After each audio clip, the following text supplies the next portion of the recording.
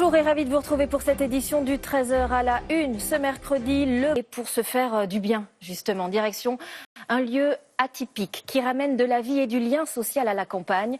Dans les villages, on le sait, les commerces ferment, alors certains imaginent de nouveaux lieux.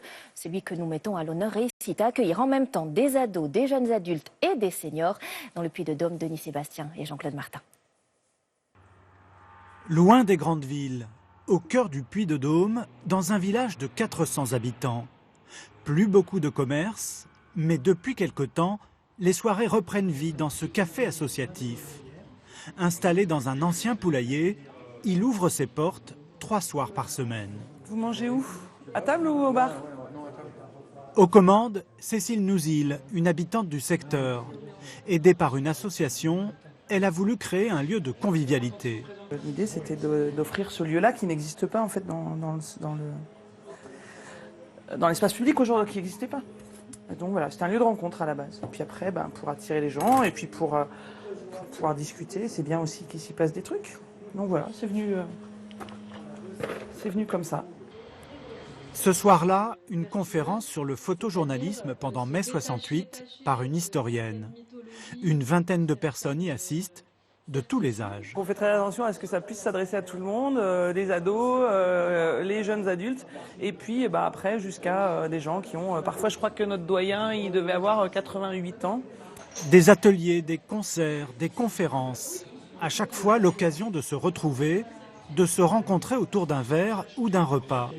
Le lieu est ouvert à tous, que l'on soit du village ou juste de passage. Je trouve plutôt atypique, chaleureux, authentique. Moi, je suis tout seul, donc ça permet de rencontrer des gens, de se faire des copains. Il y a des conférences, il y a des choses comme ça sur des sujets bien précis qui sont sympas.